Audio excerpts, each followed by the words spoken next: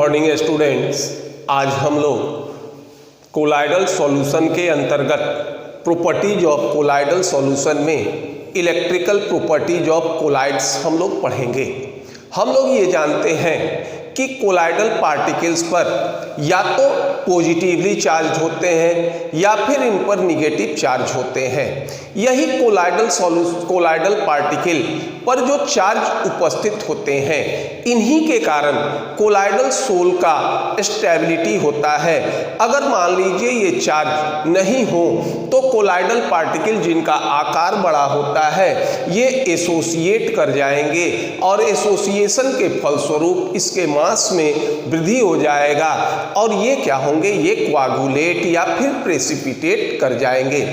अगर colloidal sol या इसके पार्टिकल इस पर अगर पॉजिटिव चार्ज हो या फिर निगेटिव चार्ज हो, ये निर्भर करता है कि इस कोलाइडल सॉल्यूशन का निर्माण किस तरह से होता है।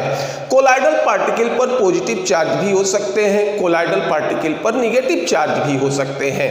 हम लोग ये जानते हैं कि समान आवेश के बीच विकर्षण का बल कार्य करता है।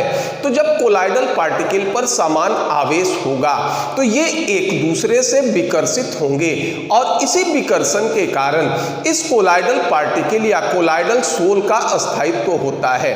और जितना चार्ज कोलाइडल पार्टिकल पर होता है, ठीक इसका अपोजिट चार्ज और उतने ही मात्रा में चार्ज डिस्पर्सन मीडियम में होता है और इस कारण कोलाइडल सोल हमारा न्यूट्रल होता है। अगर मान लो कोलाइडल पार्टिकल पर निगेटिव चार्ज होता है और जितनी निगेटिव चार्ज की मात्रा है, ठीक उतना ही पॉजिटिव चार्ज और उतनी ही मात्रा का आवेश डिस्पर्सन मीडियम पर होता है और इस तरह से हमारा कोलाइडल सॉल्यूशन क्या होगा, ये हमारा उदासीन होगा। तो ये कह सकते हैं कि देखो ये होगा कि कोलाइडल पार्टिकल्स, देखिए कोलाइडल पार्टिकल्स जो होंगे ये कह सकते हो ये होगा आइदर पॉजिटिव और निगेटिवली चार्ज्ड होते हैं।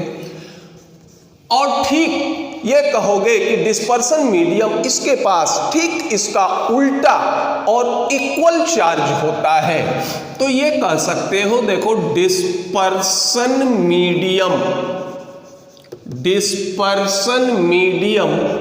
हैव इक्वल एंड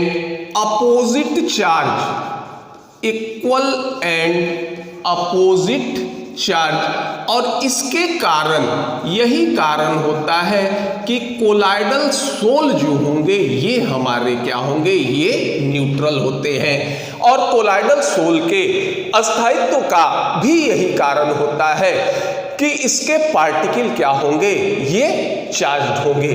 जैसे मान लो एक एग्जाम्पल ये होगा AS2S3 यानी आर्सेनिक सल्फाइड। इसका जो सोल होता है इसमें आर्सेनिक सल्फाइड या कोलाइडल पार्टिकल क्या होते हैं, निगेटिवली चार्ज्ड होते हैं। और इस सोल में ये देखिए ये होता है आपका डिस्पर्सन मीडियम। इसका डिस्पर्सन मीडियम हमारा क्या होगा, ये H2O होगा। तो ठीक उतना ही पॉजिटिव चार्ज ये हमारे क्या हो जाएंगे, ठीक उतना ही पॉजिटिव चार्ज कहाँ होगा, डिस्पर्सन मीडियम पर होगा। और नतीजा ये होगा कि आर्सेनिक सल्फाइड के सोल उदासीन होंगे, न्यूट्रल होंगे। दूसरा अगर हम लोग मान लो एग्जाम्पल लेते हैं, ये मान लो फेरिक हाइड्रोक्साइड का सोल ये होता है FeOH3 फेरिक हाइड्रोक्साइड का सोल। ये हमारे क्या होते हैं, ये पॉजिटिवली चार्ज होते हैं और फिर इसका डिस्पर्सन मीडियम हमारा क्या हो जाएगा, H2O हो जाएगा। और ये हमारा क्या हो जाएगा, ये निगेटिवली चार्ज होंगे। और इस तरह से कोलाइडल सोल हमारा क्या होता है, ये उदासीन होता है। देखिए यहाँ पर कुछ इंफॉर्मेशन बेस्ड भी जो होंगे ये क्वेश्चन है। जैसे मान लो हम कोलाइडल सोल को देखकर नहीं बता सकते कि ये किस तरह का ये चार्ज होगा, पॉजिटिव चार्ज हो सकता है, निगेटिव चार्ज हो सकता है। तो इसके कुछ एग्जाम्पल को हम लोग यूज कर रहे हैं। जैसे मान लीजिए ये हमारा ये हो जाए, इस साइड हम लोग रखते हैं पॉजिटिवली चार्ज्ड और ये मान लो ये होता है मान लीजिए निगेटिवली चार्ज्ड कोलाइड। देखिए कुछ एग्जाम्पल तो आपको याद रखना पड़ेगा। हालांकि हम कोलाइडल सोल को देखकर ये इस पर उपस्थित आवेश को नहीं बता सकते, फिर भी कहीं इंफॉर्मेशन बेस्ड क्वेश्चन में ये चीज पूछे जा सकते हैं। जैसे मान लो एग्जाम्पल के रूप में कि मेटल सोल जो होंगे ये किस तरह के आवेशित होते हैं या चार्ज होते हैं, या फिर ये हो जाएंगे कि ऑक्साइड के सोल इस पर किस तरह के चार्ज होते हैं। तो कुछ एग्जाम्पल हम लोग इसका यूज करेंगे। जैसे मान लो ये हो जाएगा मेटल सोल। मेटल सोल में हो जाएगा मान लो गोल्ड हो गया, सिल्वर हो गया, आयरन हो गया। इसके जो सोल होते हैं ये क्या होंगे, ये पॉजिटिवली चार्ज होंगे। अभी देखो हमने ये भी यूज किया था, ये होता है metal sulphide sol. Metal sulphide sol, इसमें देखिए अभी हमने एग्जाम्पल लिया है आर्सेनिक सल्फाइड AS2S3 सोल। ये जो होंगे मेटल के सल्फाइड के जो सोल होंगे ये भी हमारे क्या होंगे, ये पॉजिटिवली चार्ज होंगे। इसके बाद starch, glue, clay, gelatin, charcoal, ये भी जो होंगे इसके भी अगर सोल होते हैं ये भी हमारे क्या हो जाएंगे, ये पॉजिटिवली चार्ज होंगे। नेक्स्ट ये भी कह सकते हो एसिडिक डाई, ये जो होंगे डाई, एसिडिक डाई के जो सोल होते हैं ये भी हमारे क्या हो जाएंगे, ये पॉजिटिवली चार्ज होंगे। जैसे मान लो ये हम लोग यूज कर सकते हैं, ये होगा कॉन्गो रेड। दूसरा होता है ये होता है इयोसिन, ये हमारे एसिडिक डाई होंगे और इसके सोल भी क्या होते हैं, ये पॉजिटिवली चार्ज होंगे। अब मान लो कुछ एग्जाम्पल निगेटिव सोल का देखते हैं। ये हो जाएंगे तुम्हारे metal hydroxide sol. Metal hydroxide sol में एग्जाम्पल ले लो FeOH3। ये होगा एल्युमिनियम हाइड्रोक्साइड के सोल, ये हो जाएंगे क्रोमियम हाइड्रोक्साइड के सोल। ये हमारे क्या होंगे, निगेटिवली चार्ज होंगे। नेक्स्ट होगा hydrated metal oxide sol. Hydrated metal oxide sol ये भी हमारे निगेटिवली चार्ज होंगे। जैसे Al2O3 XH2O, ये हो जाएगा Fe2O3 XH2O।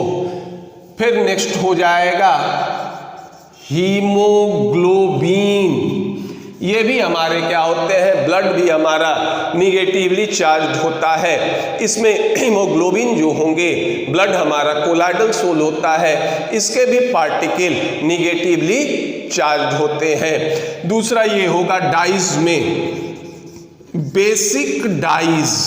देखो एसिडिक डाई ये इसके सोल पॉजिटिवली चार्ज होते हैं, जबकि बेसिक डाइज जो होंगे इसके सोल क्या होंगे, निगेटिवली चार्ज होते हैं। इसमें ये होता है एग्जाम्पल के रूप में ये ले सकते हो, ये होगा मिथाइल ब्लू, दूसरा होगा पर्सियन ब्लू।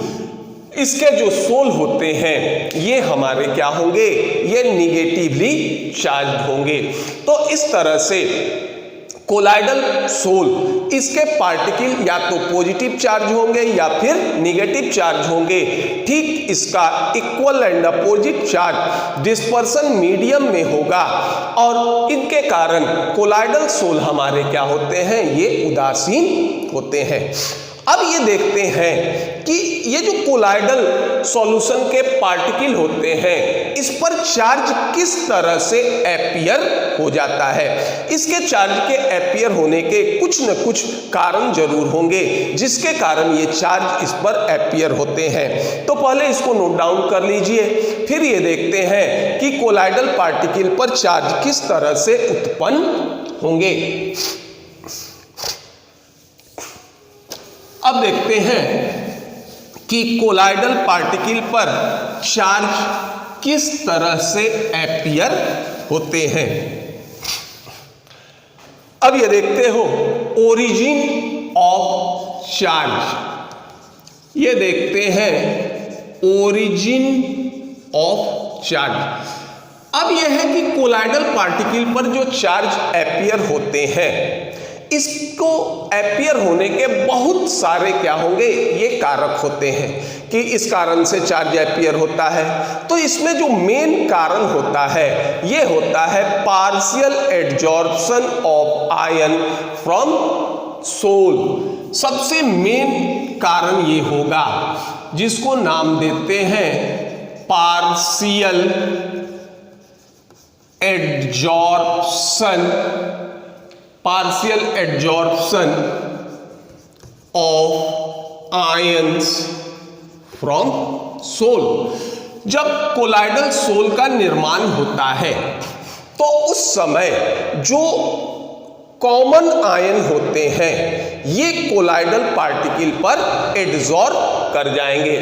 एडजॉर्ब हम लोग कहते हैं कि यदि कोई सॉलिड सरफेस पर गैस या फिर लिक्विड के मॉलिक्यूल अगर जुड़ जाते हैं तो इस प्रोसेस को नाम देते हैं क्या, इस प्रोसेस को नाम देते हैं एडजॉर्प्शन।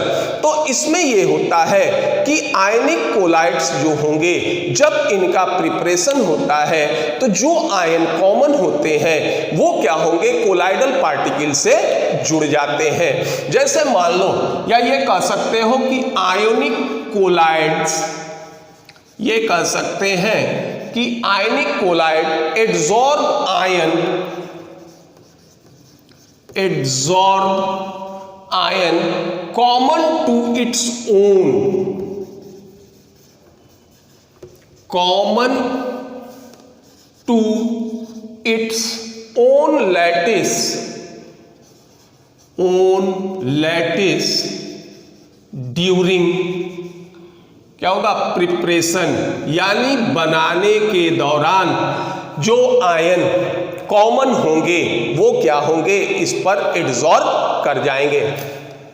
जैसे मान लो ये हो गया, एक एग्जाम्पल लेते हैं, मान लीजिए ये हो गया फॉर्मेशन ऑफ फॉर्मेशन ऑफ क्या होगा, फॉर्मेशन ऑफ, ये ले लो सिल्वर आयोडाइड सोल। देखिए सिल्वर आयोडाइड सोल का निर्माण होता है किससे, सिल्वर आयोडाइड सोल का निर्माण होगा किससे, ये होगा potassium iodide plus silver nitrate, ये जो होंगे ये मिलेंगे और ये मिलकर ये बना देगा क्या, हमारा सिल्वर आयोडाइड के सोल का निर्माण होगा। ये इसका प्रोसेस होता है। अब देखिए यहां पर जब हम लोग इसका निर्माण करेंगे तो हो सकता है कि एक बार को पोटासियम आयोडाइड हमारा एक्सेस में हो, यदि हो सकता है कि सिल्वर नाइट्रेट भी जो होगा ये हमारा एक्सेस में हो। तो अब देखिए अगर मान लो सिल्वर आयोडाइड का हमने सोल बना लिया, ठीक, अब ये अगर पोटासियम आयोडाइड, ये मान लीजिए Ki इन एक्सेस, अगर पोटासियम आयोडाइड ये हमारा एक्सेस में होता है तो ये देखो यहां आयोडीन, आयन या आयोडाइड हमारा कॉमन होता है, ये क्या करेगा, ये सिल्वर आयोडाइड पर क्या होगा, ये एडजॉर्ब कर जाएंगे। और जब ये एडजॉर्ब करेंगे तो ये कोलाइडल पार्टिकल हमारा क्या हो जाएगा, निगेटिवली चार्ज होगा। और इसको नाम दोगे क्या, निगेटिव सोल कहेंगे। अगर मान लीजिए यही सिल्वर आयोडाइड का निर्माण हो जाए और अगर हमारे पास AgNO3 एक्सेस हो, AgNO3 ये अगर मान लो एक्सेस होता है, तो AgNO3 अगर एक्सेस होता है तो देखिए यहाँ Ag आयन हमारा क्या हो गया, कॉमन हो गया। और ये हमारा क्या होगा, इस पर एडजॉर्ब कर जाएगा और ये बनेगा क्या, ये हमारा क्या होगा, पॉजिटिव सोल होगा। अब देखो यहां I- एडजॉर्ब कर गया, एक्सेस क्या हो जाएगा, K+। यहां देखिए Ag+ एडजॉर्ब कर गया, ये क्या होगा, NO3 क्या हो जाएगा, ये एक्सेस हो जाएगा। तो यहां पर ये क्या होगा, K+ कहां होगा, इन डिस्पर्सन मीडियम। ये जो होंगे ये चले आएंगे कहां, डिस्पर्सन मीडियम में। और यहां क्या होगा, NO3- ये आ जाएंगे कहां, आपके डिस्पर्सन मीडियम में आ जाएंगे। और इस तरह से जो कोलाइडल सोल का निर्माण होगा ये हमारा क्या होगा, ये न्यूट्रल हो जाएगा। ठीक, एक और एग्जाम्पल ले लेते हैं। ये जैसे मान लीजिए फॉर्मेशन ऑफ, ये ले लेते हैं formation of hydrated metal oxide sol, formation of hydrated metal oxide sol. ये देखो ये मेटल ये हो जाएगा FeCl3, फेरिक क्लोराइड का हाइड्रोलिसिस करेंगे, ये हो जाएंगे H2O। अगर एक्सेस में होता है तो देखो ये हो गया क्या, ये हो जाएगा Fe2O3XH2O, और यहां पर क्या हो जाएगा, इस पर एडजॉर्ब कर जाएंगे Fe3+, और ये हमारा क्या हो जाएगा, पॉजिटिव सोल हो जाएगा।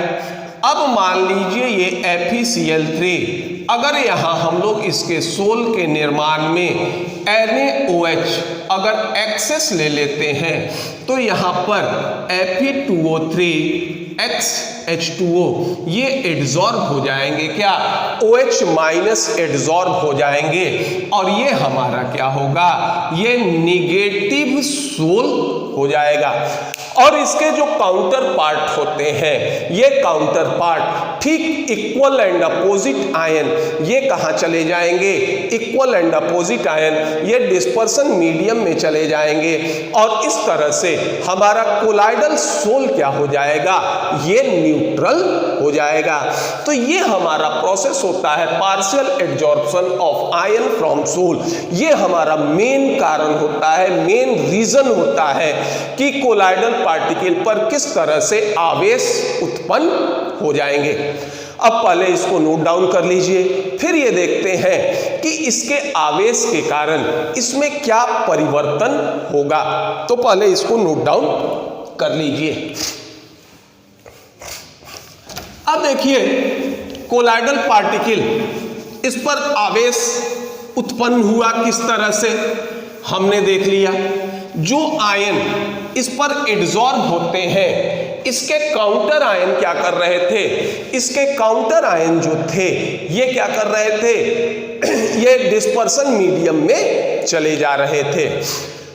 अब देखो हमने एक एग्जाम्पल ये ले रहे हैं, AgI सिल्वर आयोडाइड का सोल बनाया था। इसमें हमने देखिए ये लिया था KI, ये हमारा एक्सेस था। तो KI एक्सेस था तो ये हो गया था क्या, आपका AgI, और इससे I- कॉमन होता था, ये इससे क्या होगा, ये जुड़ जाता है। तो जब कोलाइडल पार्टिकल पर चार्ज ओरिजिनेट कर जाते हैं। तो देखो इस तरह से ये चार्ज क्या होगा, ये ओरिजिनेट कर गया। तो ये जो चार्ज का पहला लेयर होता है, ये लेयर क्या होता है, फिक्स होता है। तो इसको नाम देते हैं क्या, फिक्स्ड लेयर कहते हैं। अब देखिए इसका जो काउंटर पार्ट के प्लस था, अब ये क्या करेगा, ये जो होंगे इसके चारों तरफ जो होंगे ये जुड़ जाएंगे, तभी ये हमारा क्या होता है, ये न्यूट्रल होता है, ये हमारा डिस्पर्सन मीडियम में होगा। तो ये दूसरा लेयर क्या होगा, चार्ज का बना देगा, और इसको हम लोग नाम देते हैं मोबाइल और डिफ्यूज्ड लेयर कहते हैं। इसको जो होगा ये मोबाइल या फिर डिफ्यूज्ड लेयर कहते हैं, क्योंकि ये लेयर फिक्स नहीं होते, और फिक्स्ड लेयर पर जो चार्ज होता है वही हमारा कोलाइडल पार्टिकल का चार्ज होगा। अगर फिक्स्ड लेयर पर जैसे देखो निगेटिव चार्ज है तो ये निगेटिव कोलाइड होगा, या कोलाइडल पार्टिकल पर चार्ज क्या होगा, निगेटिव होगा।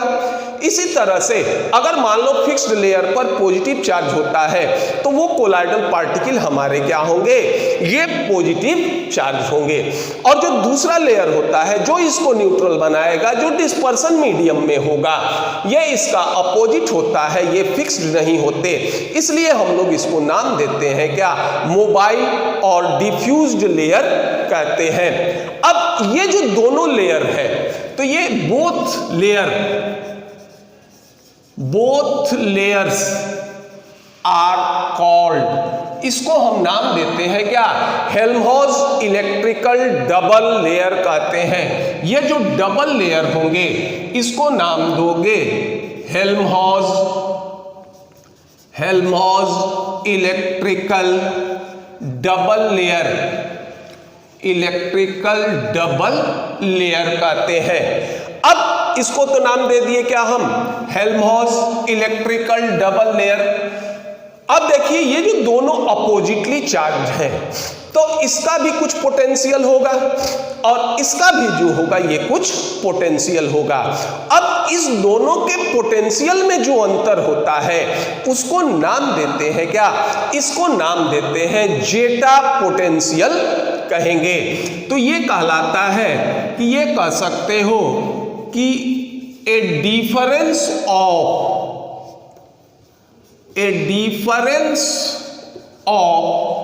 Potential exist between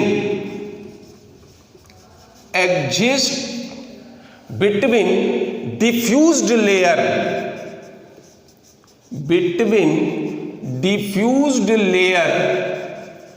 and fixed layer is called zeta potential. इसको नाम देते हो क्या, जेटा पोटेंशियल कहेंगे। अब ये जो दोनों लेयर हैं इसके बीच जो डिफरेंस होता है ये पोटेंशियल का, इसको नाम देते हो क्या, जेटा पोटेंशियल कहते हैं, या फिर इसका दूसरा नाम होता है इलेक्ट्रोकाइनेटिक। इसको दूसरा नाम इलेक्ट्रोकाइनेटिक पोटेंशियल भी हम लोग कहेंगे। या तो इसको जेटा पोटेंशियल कहते हैं या फिर हम लोग इसको क्या कहेंगे, इलेक्ट्रिकल पोटेंशियल भी कहेंगे। अब यहां पर एक चीज ये था कि चलो कोलाइडल पार्टिकल हमारे चार्ज हो गए। अब इसमें दो लेयर हो गया, एक फिक्स लेयर होगा, एक डिफ्यूज्ड लेयर होगा, और इसके बीच जो पोटेंशियल डिफरेंस होता है इसको जेटा पोटेंशियल कहते हैं। और ये हमारा क्या होगा, बोथ लेयर, दोनों लेयर को मिलाकर कहोगे हेल्महोल्ट्ज इलेक्ट्रिकल डबल लेयर कहते हैं। तो जब कोलाइडल पार्टिकल हमारे चार्ज होंगे और इसमें हम अगर मान लीजिए इलेक्ट्रिक करंट फ्लो कर देते हैं, तो उस स्थिति में जब हम इलेक्ट्रिक करंट फ्लो करेंगे तो इलेक्ट्रिक करंट के फ्लो के लिए एक कैथोड चाहिए और दूसरा एनोड। तो कैथोड पर हमेशा कैटायन डिपॉजिट करते हैं और एनोड पर हमेशा एनायन। तो अगर हमारा कोलाइडल पार्टिकल पॉजिटिव चार्ज होता है और इस पे हम अगर इलेक्ट्रिक करंट फ्लो करते हैं तो ये सारे के सारे क्या हो जाएंगे, ये कैथोड के तरफ मूव कर जाएंगे। और अगर मान लो इस पर निगेटिव चार्ज अपीयर होता है और इस पर इलेक्ट्रिक करंट अगर हम लोग क्या करते हैं, फ्लो कर देते हैं, तो उस स्थिति में सारे के सारे क्या हो जाएंगे, ये एनोड के तरफ मूव कर जाएंगे। और इस कोलाइडल पार्टिकल का जो मूवमेंट होता है, चाहे कैथोड के तरफ हो या फिर एनोड के तरफ हो, तो इसको हम लोग नाम देते हैं क्या, ये कैटाफोरेसिस या फिर इलेक्ट्रोफोरेसिस कहेंगे। तो ये कह सकते हो कि the movement of colloidal particle, the movement of colloidal particles under the influence of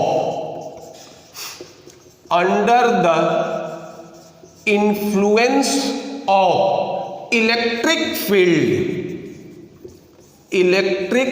field, इसको हम लोग नाम देते हैं क्या, ये कहते हो कैटाफोरेसिस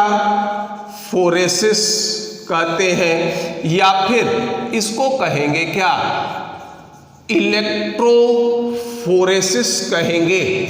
इसको हम लोग कैटाफोरेसिस भी कह सकते हैं और इलेक्ट्रोफोरेसिस भी जो होगा ये कहेंगे। अब देखो ये जो कैटाफोरेसिस होता है ये क्या होता है, ओल्ड नेम होता है, ये पुराना नाम होता है। जबकि इलेक्ट्रोफोरेसिस जो होंगे ये क्या होंगे, ये न्यू नेम होते हैं। तो ओल्ड नेम में पहले ये था कि ये जो कोलाइडल पार्टिकल होते हैं ये क्या होंगे, ये पॉजिटिवली चार्ज होते हैं। और जब ये पॉजिटिवली चार्ज होंगे तो under influence of electric field ये हमेशा क्या होगा, कैथोड की तरफ जाएंगे।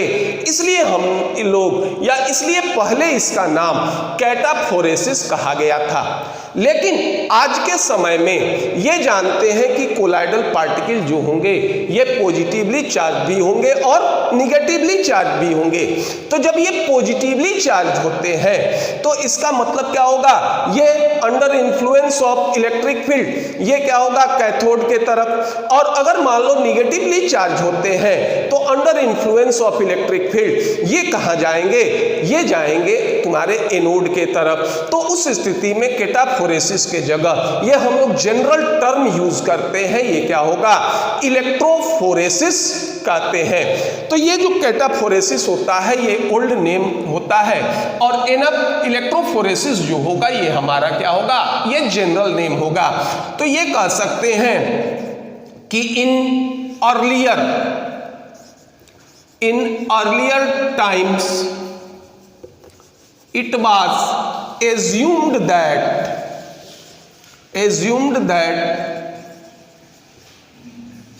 colloidal particles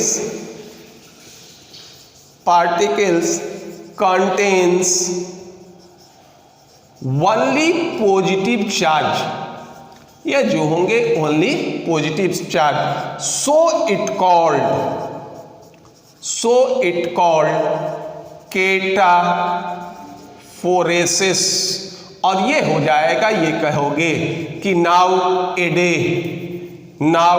in these day, सीधा ये लिखो, now in these day colloidal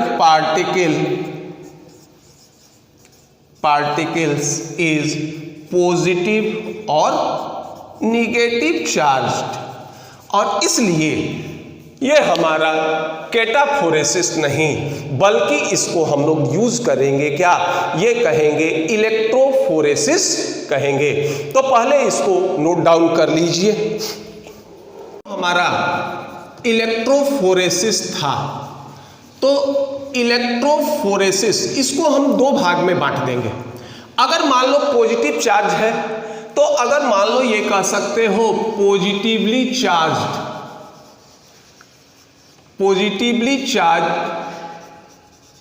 colloidal particles ये क्या होंगे, moves towards cathode under influence of electric field. तो इसको नाम दे दोगे क्या? ये कह दोगे केटाफोरेसिस। ये नाम पहले से भी था। और अगर मान लो ये कह लो कि negatively charged colloidal particles, negatively charge colloidal particles, ये हो जाएगा moves towards anode under influence of electric field.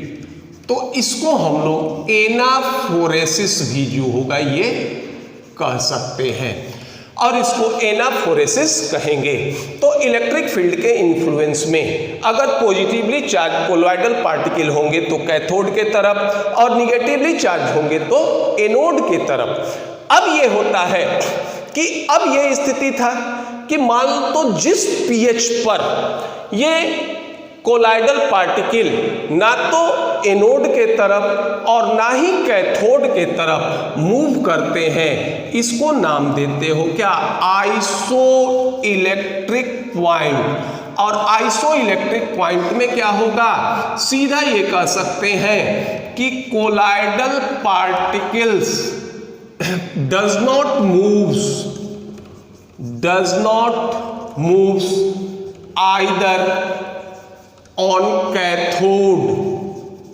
Cathode और एनोड। ये जो होंगे जिस pH पर ये कोलाइडल पार्टिकल ना तो कैथोड और ना ही एनोड के तरफ मूव करेंगे, ये उसे नाम दोगे क्या? ये iso electric point under influence of electric field, और इसको नाम दोगे क्या? Iso electric point. अब देखिए इसमें एक और चीज यूज कर सकते हैं, ये होता है टर्म इलेक्ट्रो ऑस्मोसिस।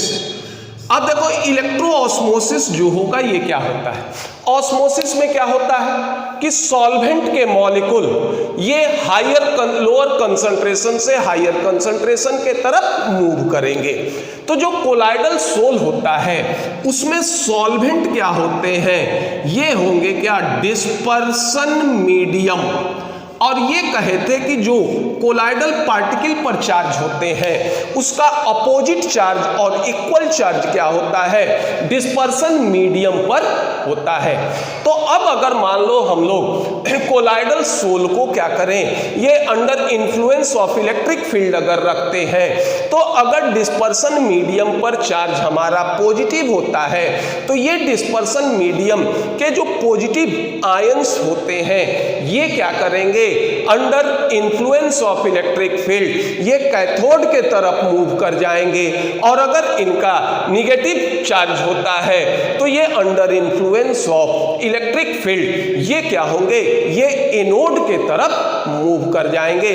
और इस घटना को, इस फेनोमेना को हम लोग नाम देते हैं क्या? इलेक्ट्रो ऑस्मोसिस कहेंगे।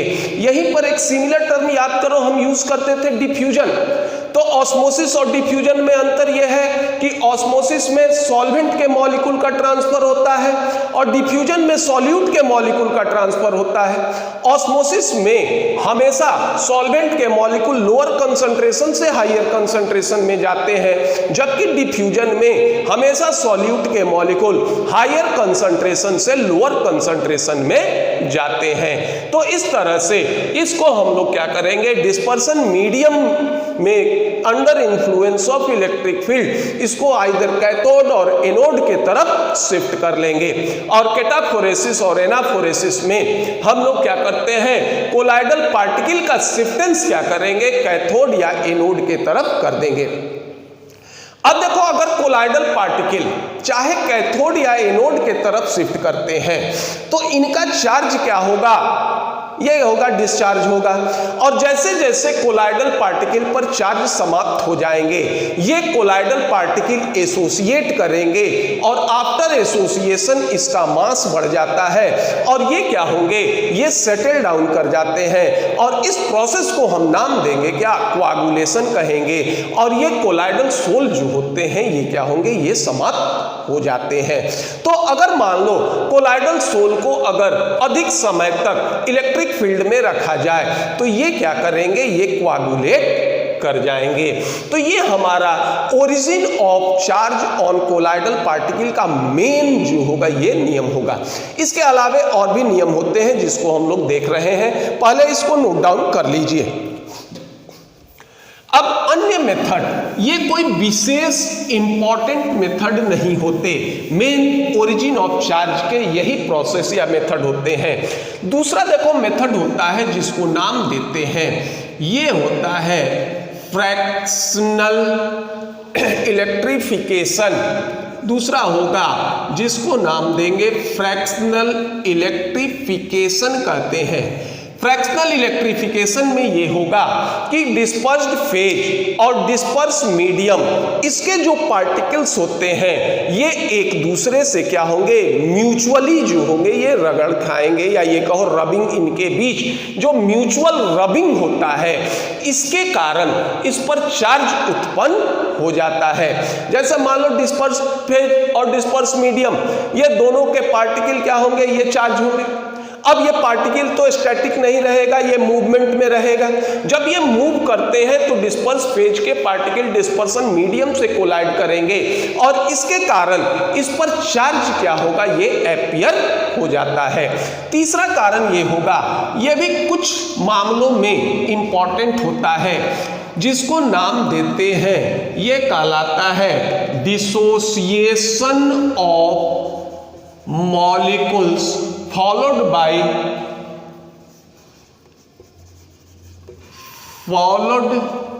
by aggregation of ion, followed by aggregation of ions।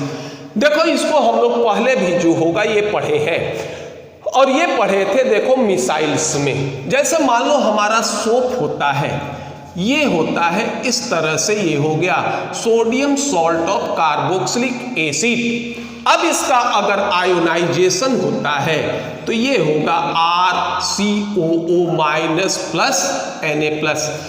अब हम लोग कहे थे कि जब ये आयोनाइज होता है जिसका कंसंट्रेशन कम होता है तो ये व्यवहार करता है इलेक्ट्रोलाइट के तरह। जब इसका कंसंट्रेशन बढ़ जाता है तो ये क्या होते हैं, ये हमारे कोलाइडल पार्टिकल के साइज का हो जाता है और कोलाइडल सॉल्यूशन के तरह बिहेव करता है।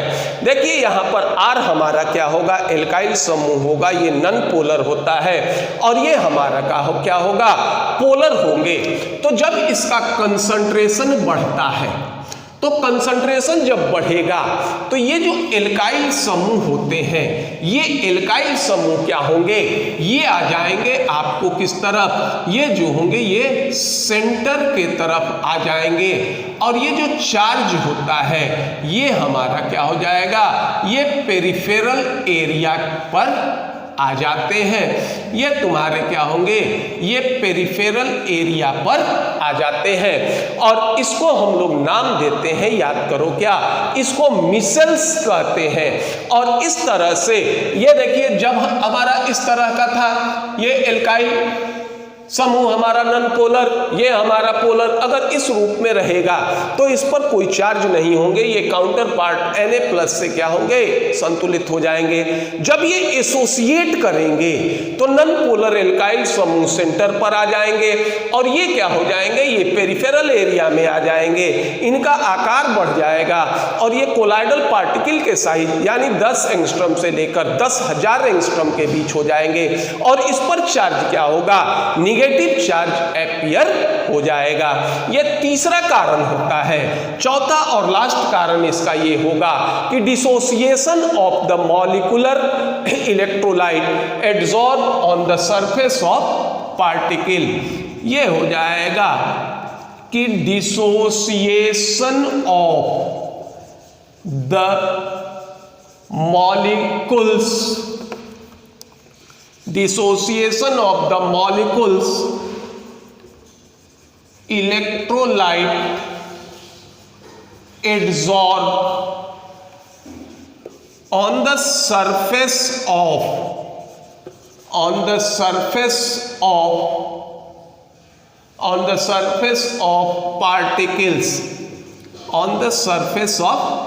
particles। अब ये है कि ये देखो किस तरह से इस प्रोसेस में ये होंगे, ये एक चार्ज आते हैं। यहां भी देखिए हम एग्जाम्पल ले लेते हैं AS2S3 आर्सेनिक सल्फाइड के सोल का। AS2S3 आर्सेनिक सल्फाइड का जो होगा ये हम लोग सोल लेते हैं। अब ये है कि इसमें जब निर्माण होता है तो इसमें H2S की उपस्थिति होती है। तो अब ये जो कोलाइडल पार्टिकल होते हैं ये क्या करेंगे, ये H2S एब्जॉर्ब करके या डीआयोनाइज होकर देगा H2 2H++S2-। अब ये जो पार्टिकल होते हैं AS2S3 ये क्या करेंगे, it adsorb S2- from H2S and negative charge appears on colloidal particles। ये जो होंगे ये निगेटिव चार्ज कोलाइडल पार्टिकल पर अपियर हो जाएंगे और H+ हमारा क्या हो जाएगा, ये लॉस होगा। तो इन कारणों से भी जैसे फ्रैक्शनल इलेक्ट्रिफिकेशन, ये dissociation of molecule followed by aggregation of ion और dissociation of the molecules electrolyte adsorb on the surface of particle, इस कारण से भी कोलाइडल पार्टिकल पर चार्ज उत्पन्न होते हैं। लेकिन ये जो partial adsorption of ion from sol, ये जो प्रोसेस होता है ये इसके सबसे रिसेंट थ्योरी होता है या सबसे रिसेंट या मोस्ट एक्सेप्टेड थ्योरी होता है जिससे कोलाइडल पार्टिकल पर चार्ज अपियर हो जाते हैं। तो इस तरह से कोलाइडल पार्टिकल पर चार्ज अपियर हो जाते हैं जो इसके स्टेबिलिटी के लिए उत्तरदायी होंगे। तो ये हो गया कोलाइडल पार्टिकल या कोलाइडल सोल के इलेक्ट्रिकल प्रॉपर्टीज।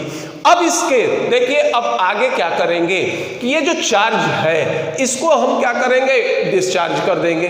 जब ये डिस्चार्ज कर दोगे तो फिर ये एक दूसरे से रिपेल नहीं होंगे, तो एक दूसरे के नजदीक आएंगे। चूंकि इनका आकार बड़ा होता है, जब ये एसोसिएट करेंगे तो क्या होगा, इसका मास बढ़ जाएगा और ये पात्र के पेंदे में सेटल डाउन कर जाएंगे या ये कहो प्रेसिपिटेट कर जाएंगे। इस प्रोसेस को नाम देंगे क्या, कोआगुलेशन कहेंगे। ये हमारा अगला टॉपिक होगा, कोआगुलेशन ऑफ कोलाइडल सोल। तो अगर आपको ये वीडियो पसंद आए तो आप इसे लाइक कीजिए, सब्सक्राइब कीजिए। धन्यवाद।